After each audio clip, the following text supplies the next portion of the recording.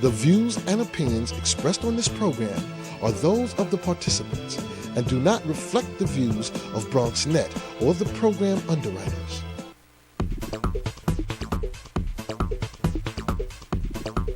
BronxNet. Your voice, your views, your vision. And hello and welcome to Open, the one and only show that opens the Bronx and the rest of the world right to you. I'm your host, Darren Jaime, and today we'll update you on what's happening in and around our community and around the world. First up, we'll bring you the latest headlines in local, national, and international news. And after that, we'll continue our Law A to Z series with immigration law. And a little bit later on in the show, the annual fair in the square is approaching. We'll find out more about the event and the efforts to revitalize the community. Plus, we'll sit down with an organization working to make our city a healthier place. And finally, we'll hear about a booming local business and what they're doing for the local economy. So stay tuned, because all this and much more is heading your way, because right now, we're officially open.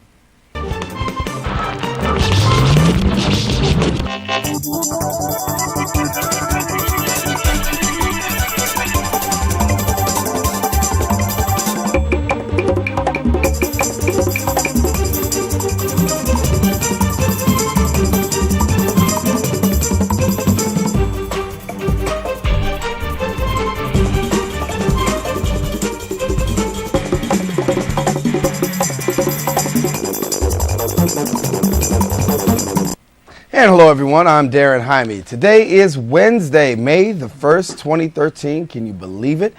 Yes, it is. And of course, you're watching Open, the only live and interactive program bringing the Bronx and New York City straight to your TV set.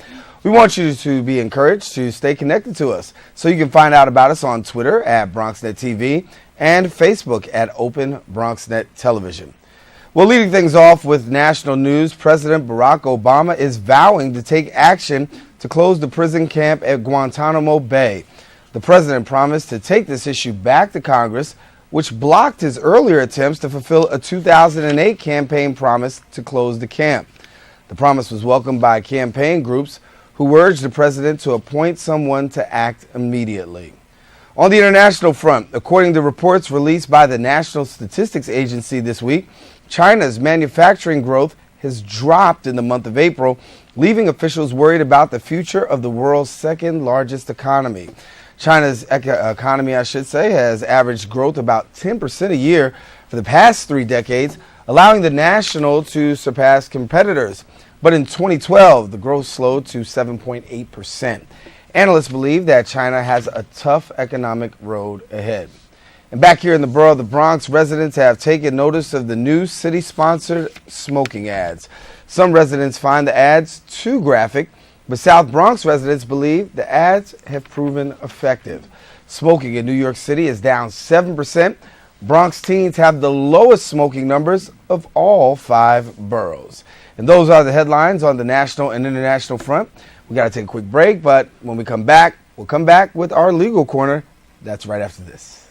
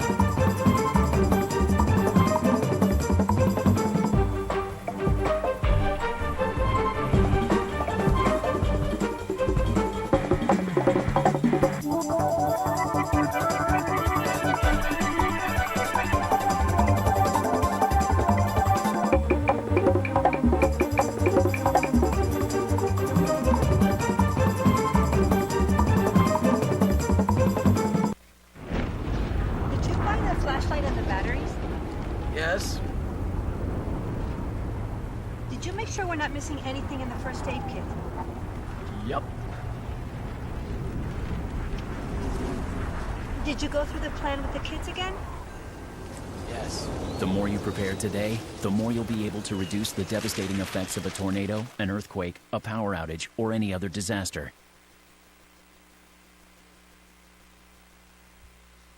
And welcome back. Today in our Law A to Z series, we will discuss all you need to know about immigration law and your rights. We welcome back our attorney and legal correspondent, David Lesh, to the show. And when you talk about we can stay here for a long minute because immigration is the talk of the town, the talk of the nation. It's the hot topic, and we're talking about really the Immigration Reform Act, which is an act that, the Immigration Reform Bill. It's not yet an act. It's proposed in the Senate by what's called the Gang of Eight senators. It's bipartisan legislation. The problem is the House isn't on board yet, but at least the Senate has a plan. And I'm going to read to you the introduction of the bill by the 8 senators. It says, we recognize that our immigration system is broken, and while border security has improved significantly over the last 2 administrations, we still don't have a functioning immigration system. This has created a situation where up to 11 million undocumented immigrants are living in the shadows. So what do they propose, the Gang of Eight? Well, there are 4 pillars to this particular legislation. The first one has to do with really continuing to secure our borders with either aerial patrols, a better system where we know who's coming and going. If people are overstaying their visas, it's very important that we know what's going on at the borders themselves. We've done a fairly good job of policing the borders in the last couple of years. We have to improve that system. The same part of that first pillar involves the 11 million illegal immigrants who are here right now. First thing they're going to have to do is they have to say to the United States, we're here. Okay, here, this is my name. All right. There'll be a background check. They'll have to, if they have any criminal history, they may be deported. They'll have to pay any back fines, any back taxes. Once that's done, they go to the back of the line. You're looking at anywhere between 10 to 15 years for where they can actually move to the point where they will be able to get a green card. Once they get to the back of the line, it starts all over again. Again, they will have to pay any back taxes they have to pay.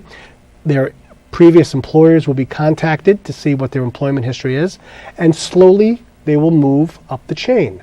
Now, of course, there will be exceptions for any children who were not necessarily born in this country but have been here for a significant amount of time. And there looks like there will also be some type of exceptions for any workers who have been in the agricultural field, because they really have been doing a great service for our country in an area where a lot of Americans don't want those jobs. So I think those particular immigrants will be moved a little faster. Let me get this right. Legal challenges just on that point alone. Yes. Many? Well, of course, because what you're talking about is you're granting 11 million people the right to become citizens. A lot of people feel, well, they haven't been here, they haven't been paying taxes, they haven't been paying their fines. Why are we giving them the right to do this? Well, other people say, hey, it's almost like getting a driver's license. You get a ticket, you have a couple of points on your license, you work off your points. You take a class, you do what you need to do, so yet your license is valid again. Mm-hmm. There's really not much of a difference. So we shouldn't be punishing those people. So that first pillar could be debated for 5 shows. Right. Okay. The second pillar has to do with the best and the brightest. We want the best and the brightest from other countries to come here, and they haven't been coming here because our immigration system is broken. Why come here if they're going to be put to the back of the line, if they know it takes years and years just to get their paperwork through, or they may just come here illegally? We need to attract talent.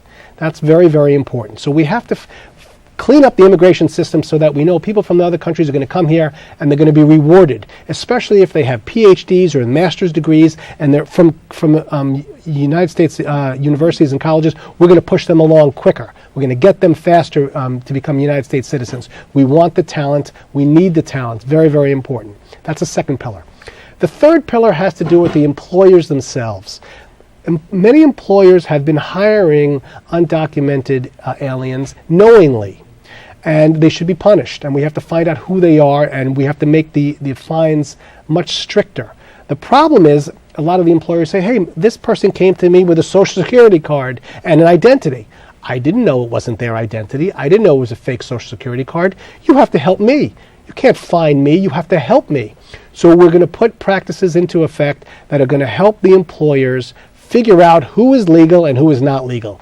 Better system looking at their identity to figure out whether that person coming to them is truly documented. The big question is, if this is enacted, we're still talking about things that are going to take 20 to 25 years to really get correct. Well, it's at least a plan. You know, our country is finally ready to acknowledge that something has to be done. I mean, this particular bill is a bipartisan effort. There are 8 senators, 4 Republicans, and 4 Democrats. When was the last time you saw 4 and 4 agreeing on one particular issue? Gun control? Well, maybe gun control, but you know what? That didn't even pass. Right. So the Firearms Act, that didn't even pass. But this is only going to make it through the Senate. It still has to be debated in the House. And remember, the House wants to cut it into pieces. Maybe take one pillar, not take another pillar. And the last final pillar, by the way, the 4th pillar, has to do with making sure that jobs are available for the people who are undocumented. You know, as the economy is growing, we need positions to be filled. Of course, always in the agricultural field. We need people to take those positions. Of course, we have to make sure that Americans who want those jobs are offered those jobs. Mm-hmm. But if the Americans don't want the jobs, the Americans who are here, the citizens that are here, that we have to offer those jobs to the illegal aliens, because we need those positions filled. We have to identify what jobs we need those positions filled, and then we have to reach out to the illegal aliens, say, we need you in there. Now, of course, there are always going to be people who feel that they're taking jobs away from those on the lower rung of the spectrum. But the argument against that is like, look, they're undercutting you, okay, the illegal aliens, because they're working for monies that are so low you can't afford to work for those monies. But if we find out who they are and we make them legal, they will have to work for at least minimum wage, not half of minimum wage, minimum wage, right. And you will be able to compete with them. So it really will help you when they come out of the shadows. I've read articles about individuals who say that, they can't get jobs because, the illegal immigrants are working in the back of kitchens. And now everybody in the kitchen speaks Spanish. They don't speak Spanish, so they're not hired. And because why should they be hired in the kitchen when all the employees are only speaking Spanish? Right. So they say, well, that's not fair to me. Well, that's true. It's not. So we have to identify what jobs are available and make sure that the American citizens are offered certain jobs. But if you don't want to work in that position, then that's different. Right. Do we see any real action on this coming close? There will be action. There's going to be a vote on it very, very soon. It's up for debate. The American society is ready for a change, and it's time. I don't know how many of those 4 pillars are going to still stand by the time this passes, but it will pass. Mm-hmm. You might only have a couple pillars that pass. Mm-hmm. It's certainly, maybe if they go to the back of the line, there'll be some additional tests that have to be fulfilled. Maybe, they have to wait an additional year or 2 before they even get to the back of the line. So there are going to be pillars that are going to be undercut. But I guarantee you that a form of this immigration reform bill is going to be passed, probably within the next 3 to 6 months, and it's going to be a major piece of legislation and a major win for the White House. As a person that's ground friendly in the Bronx County Courthouse, how often are we seeing immigration cases come before court? Well, you know what? The way I see it many times is, when I'm picking juries, I see, the jurors themselves, a lot of times, are not documented, and and then all of a sudden, they get letters in the mail because they vote, they want to vote, and they're on different voting.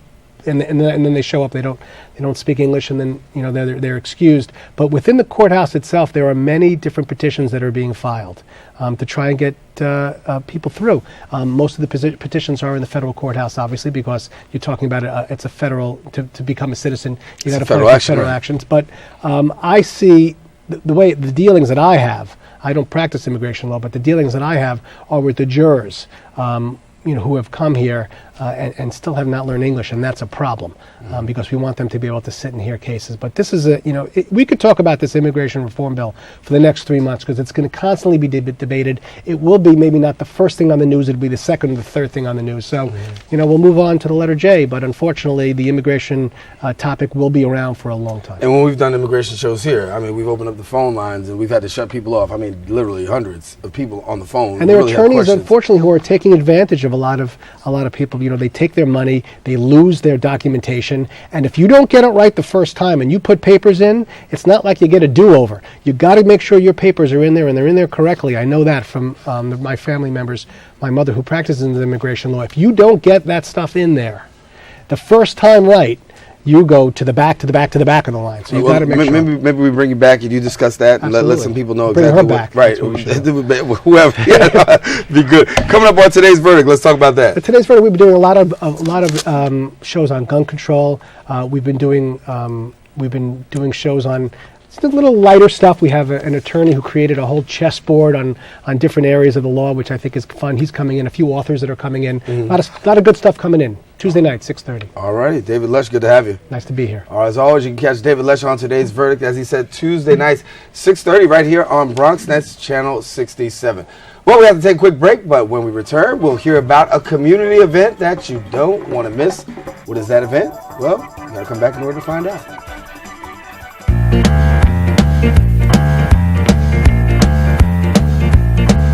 Well, bless my soul, what's wrong with me? I'm itching like a man on a fuzzy tree.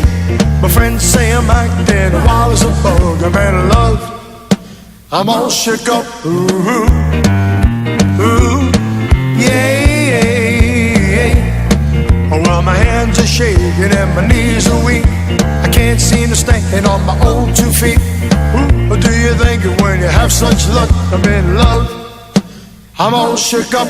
Did you find the flashlight and the batteries? Yes? Did you make sure we're not missing anything in the first aid kit? Yup. Did you go through the plan with the kids again? Yes.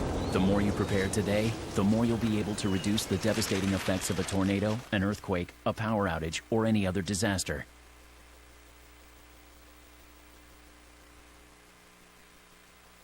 Take my hand and start a brand new day. And together as one we'll start to see some change. Underneath everything we are, underneath everything we do, we are all people, connected, interdependent, united. And when we reach out a hand to one, we can influence the condition of all. That's what it means to live united.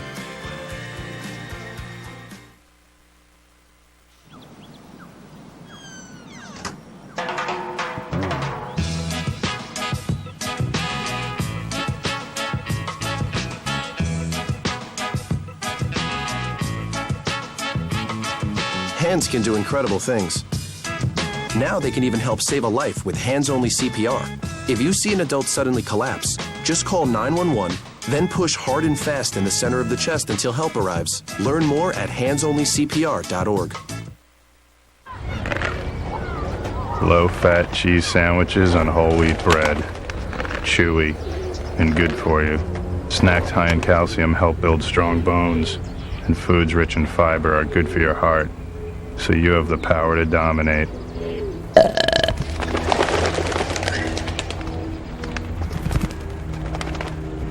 Can your food do that? Run, throw, think, eat better.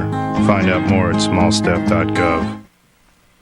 The Westchester Square Business Improvement District has a goal to stabilize, revitalize, and build economic growth in the community. On May 11th, in collaboration with the Bronx Council on the Arts and the New York City Parks and Recreation Department, they're going to host their 5th annual Fair at the Square. Now, here to share more about the Westchester Square Business Improvement District and the upcoming event is Greg Perry, who's the president of the Westchester Square Merchants Association, and Lisa Soren, who's the executive director of the Westchester Square BID, better known as the Business Improvement District. And welcome both back to the show. Thank you. So once again, this time of year, that's got to be an exciting time for you guys. Very, very exciting. I mean, we have a fantastic show coming up this year. We have entertainment, okay? Of course, we have the music, we have the dancers, we have different cultures coming. The Bangladeshi community is going to be with us. What else we got? Everything from freestyle, old school to Elvis Presley. They're all it's all going to be there. It's all there. And it's also a celebration of the area. And it's seen a lot of revitalization. I've been covering the Bronx for 16, 17 years, but when you look at Westchester Square, you got to be pleased with the renovation and the restoration of that area. Well, it's the passion that's been brought by the merchants, the Merchant Association. The bid in of itself is new, only in existence less than a year. So I'm stepping into a really good foundation that was set by the Merchant Association and the property owners and people who really want to see it lifted. So I'm gathering their passion and taking it one step further. So the changes have been amazing, and they're only going to get better. Yeah, Greg. I just want to just say one thing publicly. I really want to compliment Lisa Soren for jumping in with both feet. I mean, she's been fantastic. It's been a hard job to go around and get the merchants to be cohesive and everything else. And one of the things I must say about Lisa Soren is that she is a great listener. Okay, she listens to the members of the executive committee. She listens to the merchants, and she puts many things into action that we want to do. So I'm very pleased with it, and definitely we're so pleased with what's coming up this year for the show. I want to ask a question about the tie-in, because you have that public component, which people who just walk the streets and are involved in that neighborhood, and then you do have the merchants, and it almost has to be this fusion of both. Absolutely. How are you able to make this fusion occur and really to get the merchants to even buy into this? Well, I think it's the excitement, right? The excitement is seen, it's heard. We've gotten wonderful media coverage. So, and the one-on-one communication with the merchants, they see it, they want to succeed. There's a big push behind small business services and the potential of growth for all our merchants. And then you have the community who loves going to the big shopping, co-op and all these Targets, but then you have those who want to stay in their community. So it's a really good mixture of offering our community what they want. It's a destination place. It's home. It's the main street of the Bronx. So on May 11th, what will people have the opportunity to partake in? Well, the community, first of all, will realize that we are definitely a major hub in the Bronx. We have the Hutch Metro Center, okay, which is right down the street, which has been one of our major sponsors over the years. They're very cooperative with us. We have the school, which is, Lehman High School, okay, that's right down the street. They work with us, their culinary programs and so on. What is it, the flag bearers, what do we call that? The guards. There you go. And the other aspects is that the excitement is there also with many of the food vendors. Okay, we have outside food vendors coming in, and the amount of foot traffic that we're creating is usually between 5,000 and 7,000 people. And what I really have enjoyed is that people from the outside boroughs have called us and asked us when are we going to have it? When is it going to be coming on? Because many people have come in, and the other thing that I really like is when the other bid individuals come and participate with us. We have Throgs Neck Merchants Association that gets involved with us. We have Morris Park Merchant Association. We have the Jerome bid to come. We have the Fordham bid to come. I mean, it is a phenomenal networking hub that we have at Westchester Square. When you look at the things that are coming in, you're getting your first very own Metro North train station. You're also getting you're also having a first Bronx hotel that's going to be all in that area. What do you think that says to potential people who want to live, work, and really frequent the area of the Westchester Business Improvement District? Well, I'm going to defer that right now first to Lisa, okay, because she's involved with the bid on a regular basis. So, Lisa, how would you answer that? I think that they're becoming our anchor. Westchester Square bid has always had the problem of minimum foot traffic because there aren't anchors. So if there aren't anchors, there isn't foot traffic. It's a vicious cycle. The blessing that we're getting with this hotel and the Hutch Metro and our 5 hospitals has now given an opportunity for Westchester to tie in together. They need services, they need the stores, they need our merchants. If you're staying at the hotel, you don't want to have to get on a bus or take a shuttle. Come visit we have everything you need to shop, to enjoy. The park is opening after 3 years. So we have all these programs that are coming forward. So it's a place, a destination place for cultural, entertainment, shopping. It doesn't get any better. And the Westchester Square Fair at the Square is the kickoff, okay? And when we say the kickoff, many people that will be coming from the Connecticut areas, okay, coming down on the Metro North to be in our community. Lisa has planned for the summer many concerts, many entertainment events throughout within the Olin Dolan Park, which is under the Parks and Recreation. We have other events where we're networking with individuals from BNI and other community groups through the area. So all of these things coming together is going to be a great emphasis of us constantly growing to be one of the major hub centers, okay, in the Bronx. With all that you've got going on, obviously you still have some needs and some wants and some things that you'd like to see. What are those? More stores, more attention, more, the bid is now providing clean, safe, culturally active area. We'd like to see the recognition of that from some major stores to say, we can invest in Westchester Square. That's our end goal. Bring those merchants, bring those bigger stores. You have all the outer stores. We're that little piece of heaven, as per se. We have all this transportation and people coming through, come and shop. So our goal is to bring in those bigger stores, accommodate the Hutch Metro, the 911 Center, our hotel. We have a huge target audience that we're focusing on. And we're going to be the biggest thing for them. When you talk about merchants and you talk about businesses, obviously a lot of America is really strengthened not by big business but by small businesses. That's correct. And the ability to have small businesses that are doing viable work in the community. What are the cries that we're hearing from small businesses these days? Because sometimes they're often the ones that don't get the voice. So what are we hearing from small businesses? Because when I think about Westchester Business Improvement District and the Westchester Merchants Association, I'm thinking about a community that's centered by a lot of small businesses. Well, it's funny that you asked that question because we had a meeting with Senator Klein last week, and one of the things that that he was addressing was tax savings. Okay, when we hire a lot of people, when we have certain facets to go into the community, our taxes become a major issue. Lisa has identified a few other things that went on. Absolutely, because the state has recognized that the small business is the backbone of our economy. I mean, you can bring in all the major businesses, but it's the small businesses that make it. So in recognizing that, all these incentives that are being offered, as Greg was saying, but you also have incentives like hiring veterans, getting $1,500 back for hiring your veterans. All these incentives that, one, are putting people to work, are attracting people to the smaller businesses, and we're helping them grow that way. And there's a lot of other work. And as the bid, we're going to bring those programs to our merchants and give them opportunities, partner up with other organizations, other establishments that are going to bring people, money, and help them save money in the long run. And that's my job. My job is to make sure that they get there. I just want to say one last thing. One of the things that we want to do is also utilize the educational anchors that are in the Bronx, okay? One of the things that we make an effort to do is bring in interns, okay, in order to assist us in some of our needs. For example, we know that 71% of the Bronx demographically is Spanish speaking.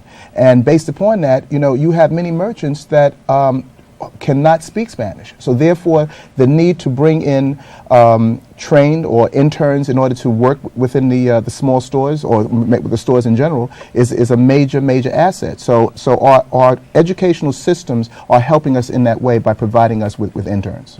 Well, we want to thank you both for coming and sharing. Once again, let's get some final information about Fair at the Square taking place on May the 11th. May the 11th. to 6, some of the best concerts, freestyle. Our own BronxNet Rena is one of our MCs, so come and have a great time. It's gonna be the party of the century. All right, Lisa, Greg, thank you so much for coming. Stay with us. Stay right there until we take this break. Actually, I should say, and we want you to stay with us too, because guess what? You've seen a little bit of Fair at the Square, but we're gonna take this quick, short break. But coming up, we're gonna find out about community health. We'll encourage you to stay tuned and find out more about that when we return.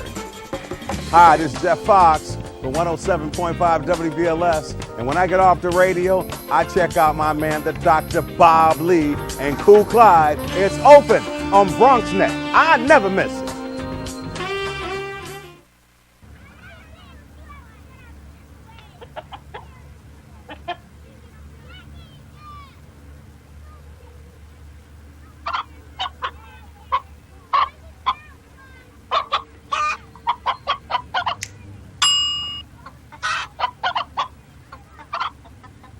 Separate raw meats from other foods by using different cutting boards. 3,000 Americans will die from food poisoning this year. Keep your family safer. Check your steps at foodsafety.gov. G-Morning, sunshine. Wakey, wakey. Text me. Are your parents home later? We can hang. LUV, love you. JK. Holla back. Holla back. Holla back. Are you with your friends? That's lame. We're in a huge fight right now. XO. What'd you dream about? Something I did. Are you on your way to the mall? I'm lonely. Nude pics. Send me some. Text me. There is also a very attractive extended warranty option that includes free service and parts for the next 5 years. But there's no need for you to get that. You failed to get the test you needed at the doctor that would have detected disease early enough where it could have been treated. So you won't be around in 2 years to see him grow up, which means the warranty would be useless. Okay, sign here, please.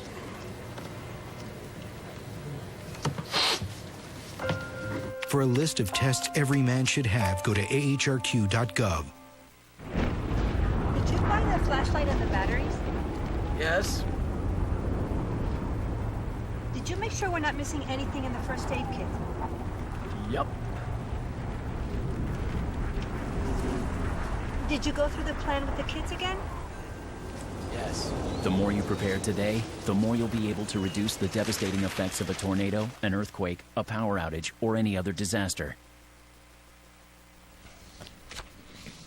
Alcohol is the third leading cause of death in the United States, and the numbers continue to rise. The Partnership for a Healthier New York City is working to address these problems through delivery of public education campaigns, and we are pleased to be joined by the Alcohol Program Manager for the Partnership for a Healthier New York City, Lena Orkin, and the Coordinator of Community Programs for the Archdiocese of New York Drug Abuse Prevention Program, Ms. Janet Bliss. That's a whole lot to say, but I was able to say it anyway. Thank you very much for both of you joining us.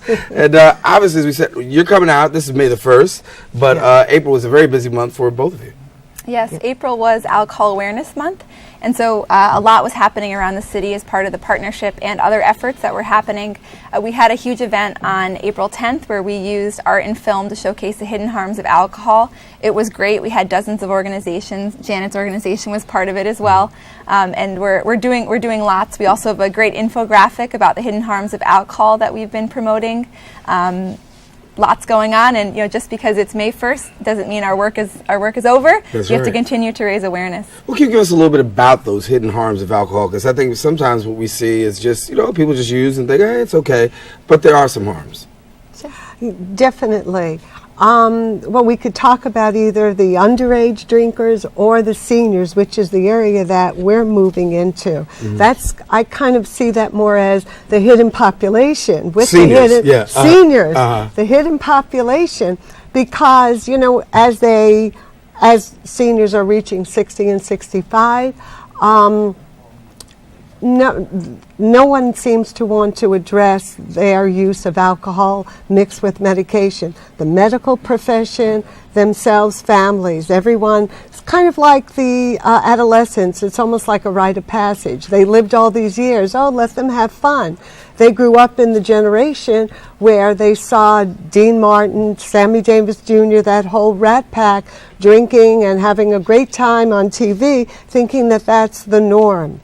But now we're finding out, and much more research is coming out to show that that's not the norm, and there are risks involved. And just recently, talk about Alcohol Awareness Month, April 29th, the New York Times put out an article about the rising tide of substance abuse, focusing on the elderly. Very interesting statistics. They're saying the sense of magnitude of the looming mental health crisis for the year 2010 with 14 to 20% of the elderly have had either a substance abuse crisis or a mental health issue. And as the baby boomers are living longer, they're coming into that stage of life with even more a larger history of substance abuse as well. And we're seeing the graphic on the screen talking about adult binge drinking by income and gender. We just saw that graphic right there, and you're looking and you're seeing a lot of seniors becoming more involved. We're also seeing a lot of underage drinking that's becoming involved in too. Give a little bit about your efforts to really curb and bring awareness to underage drinking. Sure. So we definitely care at the partnership about underage drinking for many reasons. First of all, there's been a lot of research showing that the earlier people start drinking, the more likely they are to have problems down the line. There's actually some really scary research showing that alcohol use, especially in the underage crowd, is actually a major risk factor in the 3 leading causes of death for that population. So accidental injuries, homicide, and suicide, which is very concerning. And so we're really concerned about that. In the Bronx, and actually citywide, about 1 in 3 youth report ever drinking, which is really concerning because there are all sorts of other unintended consequences too. For instance, clearly when you're drinking, you might be more likely to not use a condom, which can lead to STDs and unplanned pregnancies, which is a huge issue, in the city and especially in the Bronx. We also have the issue of violence, which is definitely associated with alcohol, and those issues span the whole lifeline. It doesn't matter how old you are. Alcohol really can be associated with many things that we're concerned about. Also cancer. There's been some new research coming out talk about relevancy to the elderly population as well. Some research around cancer and alcohol, which hasn't really been talked about very much. So really that's why we want to raise awareness. We've been trying to be more creative by using art and film, like for our event on April 10th. We actually just worked with the Educational and Video Center to create a film called Under 21 that's been screened around the Bronx as well as around the city. So we're really just trying to be creative and really think outside the box, because I think there are a lot of issues like HIV and violence that people really care about, but they might not be talking to the alcohol people, and so maybe we can bring them together to talk about the issue. I think one of the notes that I had here that really stuck out to me was 2 in 5 youth, 40% of youth who begin drinking before the age of 15 will become alcohol dependent in their lifetime. That's major. Absolutely. It's really worrisome, and actually it's extremely relevant to news that just came out, I believe, earlier this spring. The State Liquor Authority did undercover operations in neighborhoods across the city, and they found that 60% of the retailers that were approached as part of this investigation in the Bronx sold to someone who was underage. So we really need to think about, as retailers, as parents, as friends, how can we limit the promotion and accessibility of alcohol to our youth, because it is so harmful for them to start drinking at such a young age for many reasons. Yeah, I'd just like to add to that. In Throgs Neck, we did a survey among high school youth and parents, and the one factor that came out, and that was very consistent among both, is that the lack of awareness of the harmful effects, and youth's access to alcohol is mainly from their own home or their friend's home. So there is this looming perception that it's a rite of passage. So you can go to your friend's house pretty much, and most people that they say, well, I didn't start at home, I started at my friend's house. But these are places where people really should be paying very close attention. The home. If, the home. So when people go visit, you got to be very careful where your children go visit.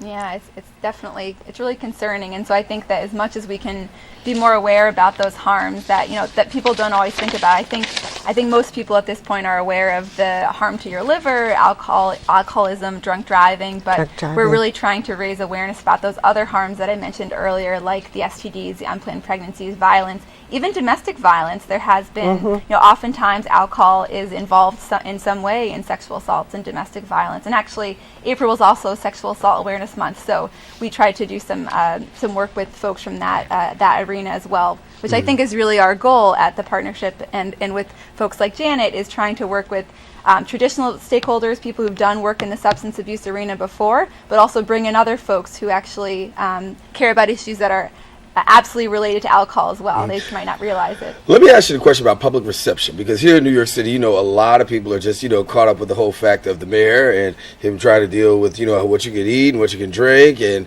the whole healthier lifestyle that he's trying to promote. And you got New Yorkers say, look, mind your business. I really don't want you to be involved in my business. I'll deal. What kind of public reception are you guys getting, particularly when you talk about alcohol? Because, you do have that factor of people, the faction of people say, you know what? It's my business. I'm going to do what I want to do. What kind of reception are you getting when you bring out and break out these statistics and let people know about the harmful effects?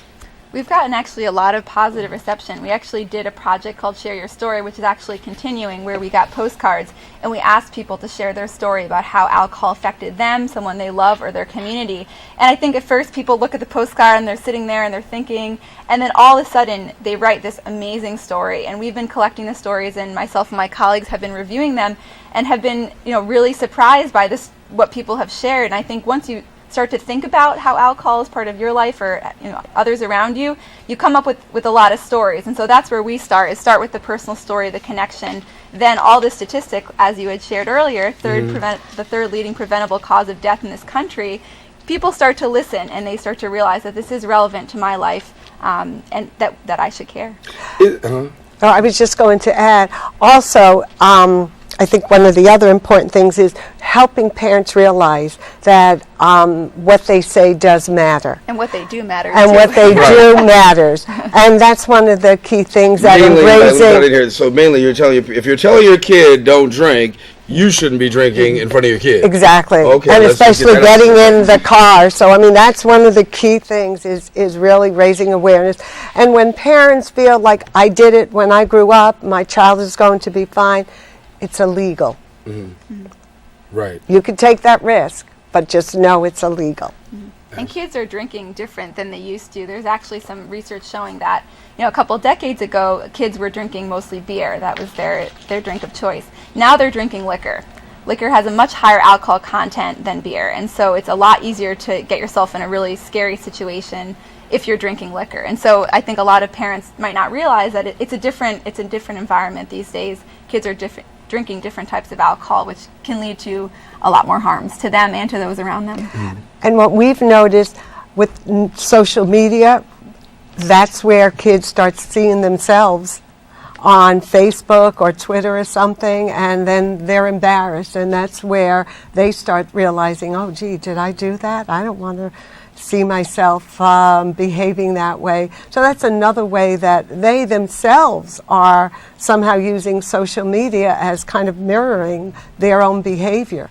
And sounding the trumpet for all of this, and it definitely a notable cause and a most noteworthy cause.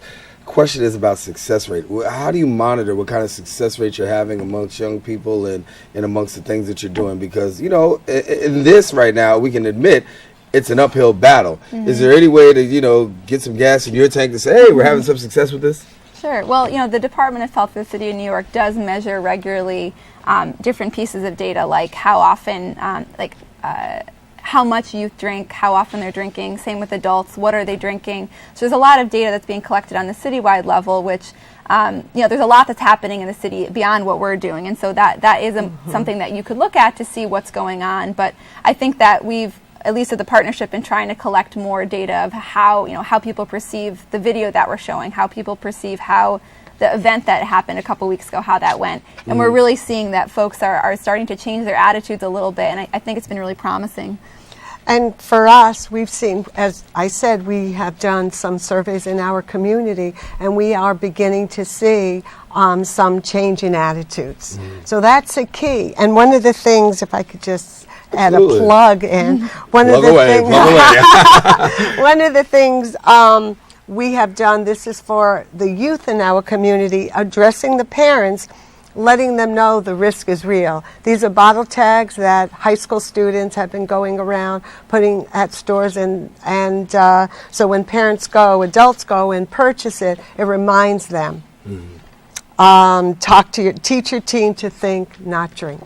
Beautiful. So now, before we leave, and before I let you guys go, there might be a community-based organization, a parent, or somebody out there that's watching right now, saying, "Listen, I don't really," and because admittedly, there's some parents who don't know how to craft that message, and to bring that message home, where there might be somebody that's not just really familiar with talking about that, so they can bring you in. How do they go about bringing you in, and what kind of things do you offer to people to kind of like to get the dialogue going? Sure. So the Partnership for a Healthier New York City is a citywide organization, but we do have a coalition in the Bronx that's doing work around alcohol, and actually Janet is as part of that coalition.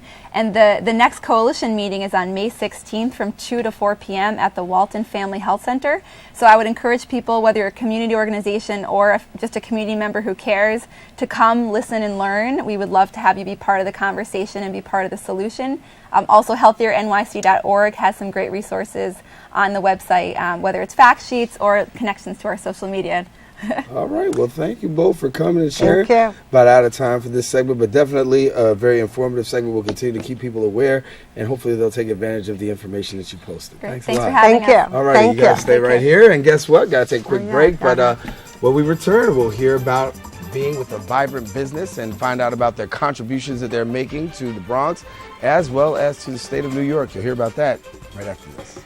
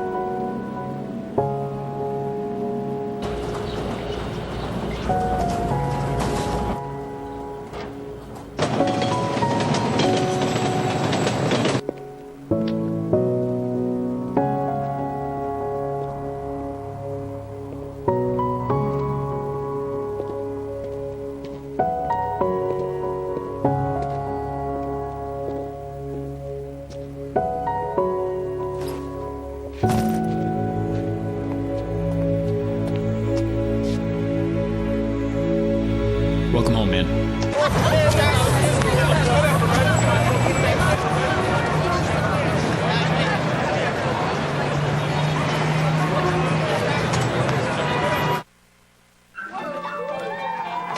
I'm lucky. Let me help you with that. I get to do something I love. It has nothing to do with touchdowns or titles. Everybody bring it in. I get to play a part in the life of someone just starting out. How many of you think homework is just as important as teamwork? I help keep kids in school. Good. And that's the name of the game. My name is LaDainian Thomason. I don't just wear the shirt, I live it. Give, advocate, volunteer. Live United.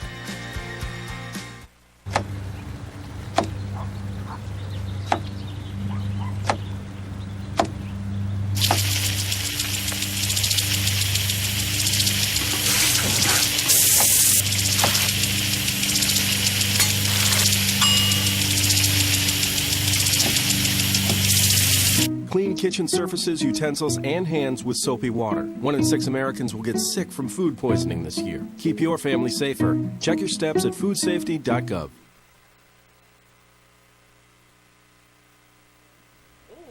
We're back here on Open, and Darren Jaime here with you. We want to take the time to tell you that make sure you can check us out on the World Wide Web by visiting us at www.bronxnet.org. Be sure you can also hit us up on our social networking sites, that's Facebook as well as Twitter. You can find out more information about Open as well as BronxNet Television. Well, the Empire City Casino has continuously created jobs and provided entertainment to Bronxites throughout the entire state. I should say, and throughout the entire state. And we now want to welcome Ms. Taryn Duffy, who's the Director of Public Affairs at the Empire City Casino. And Hi. good to have you. It's great to be here. Thanks so much for having me. Great. You're our next door neighbor. We literally are. Literally are, and many people that drive by, well, you know, give a little bit of history because you know the casino's been there for a while, and some people still don't even know it actually exists. I know. do you find that to be the case? Well, you know, it's really amazing. We had 8.4 million visitors in 2012, and still I speak to some people and they're like, I pass it all the time and I've never been there. Right. So yeah, it's pretty amazing. It's pretty amazing how many people just haven't come in, but so many people have, so that's a good thing. For the people that have, obviously, it's an opportunity for them to do gaming, of course. Right. But when you look at it from the casino perspective, in addition to gaming, you have the entertainment component, but then you also have that business component as well. Yeah. And I know, you know, here in the borough of the Bronx, we talk a lot about business, and we said before, we talk a lot about the unemployment rate here in the borough, but you guys do a great job of employing people. We do, and it's actually really, it's an exciting place to work, and it's a great family to work for. It's the Rooney family has owned that property for over 40 years, and the track is historic. Yonkers Raceway has been in existence since 1899, and it was converted into a full casino about 6 years ago. So we employ over 1,300 people right now. 400 of them at least come from the Bronx. Wow. So we are a huge Bronx employer. We just completed, or at the tail end of completing, a $50 million expansion, which adds 2 new restaurants, a craft cocktail lounge with retro bowling lanes, a huge, beautiful new gaming floor, and we created 200 additional jobs with that expansion and 100 construction jobs. So we are right now hiring. We have about another 100 positions to fill through our 2 new restaurants. So anyone out there that has experience in hospitality and food and beverage, front of house and back of house, you know, please visit our website and apply online because we are absolutely looking for great talent. So in the process where people say there are no jobs out there, you're saying, we got a few left. We are the rare occurrence, yeah, and it's great to work for a business that's able to do that. You know, it's definitely smart business acumen that creates that environment, that constantly reinvesting in the property, keeping it fresh. We're an entertainment property, so we put everything under one roof. We'll have 4 restaurants, a huge food court. We do live harness racing. We're the second most successful harness track in the country. People don't realize that, but it's fun. I mean, you can go and have dinner trackside and watch the races and have a great time with your friends and yell. Who gets to yell in the middle of a race? Yeah. Or in the middle of a dinner? I was going to say, because when you talk about the Empire City Casino, a lot of people think that it's one of the most underrated or it really is. And there's a lot to offer up under the roof. Well, you know, there's so many secrets to it. Every Wednesday night we do a comedy night, and we bring in comedy talent from around the country. And it's $5 when you show your Empire Club card, which is free to get. You get a free drink, and people are like, don't tell anybody about this. This is my own little secret comedy club. I love it here. We have live entertainment 7 days a week. We do dueling pianos in Dan Rooney's, which is our new sports pub. We have every type of live band. We did summer concerts last summer outside on Sundays, which were a huge hit. We had Pat Benatar and Sarah Evans and Spin Doctors and all sorts of great people. This year we're doubling that in size, so the caliber of talent will be that much bigger. Talk about the summer, because the summer's around the corner. I mean, my gosh, I know. I can't believe it's May the 1st, but I mean, I know. you got a lot of interesting things that go on during the summer. What goes on? Well, you know, the summer concerts are going to be big. It draws a lot of people. So every Sunday, there's going to be some really huge talent there. But, you know, outside in the evenings, watching the races, there's always something happening. We always do great summer fun promotions. So there's always giveaways, and everybody's hitting jackpots at some point. So, you know, but really it's not just the gaming, and I think that's what people who come there really enjoy most about it. They can try a different restaurant every time they come. They can come with their girlfriends. It could be a girls' night out. It could be a guys' night out. It could be date night. It could be bring your parents. It's just fun. We have a lot of foundations that do fundraising events there. A lot of business. The Bronx Chamber pairs up with other chambers around the area, and they do their networking events by us. So it's just a great time. So you can come by over to the Empire Casino, and that's right there, right off of, well, you can go right north. You just can't miss it, because if you're on your way into Westchester County, you just can't miss it right there on Deegan. And so people who have the opportunity to come, they can do gaming, they can do all those kind of things. What are some of the things that, you know, people don't know that maybe they should know? You know, what I find really interesting is that most people don't realize that the state is our major shareholder without investing a dime. So there's not a taxpayer's penny invested in the property. It's all privately funded. But the state takes 70%, our tax rate is 70%.